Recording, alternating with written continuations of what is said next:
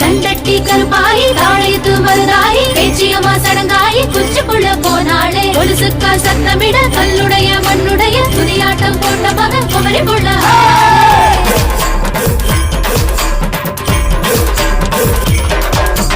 ஆயிரங்கால் மண்டபத்தை அரைநாளில் பார்த்தவங்க ஒன்னழகா பார்க்கணும்னா ஒரு மாசம் பிடிக்கும்படி உச்சனூர் மாமனிங்க உச்சு கட்ட வந்திருக்கா சிலபட்டி மாமக்காரு வச்சு கொண்டு வந்திருக்கா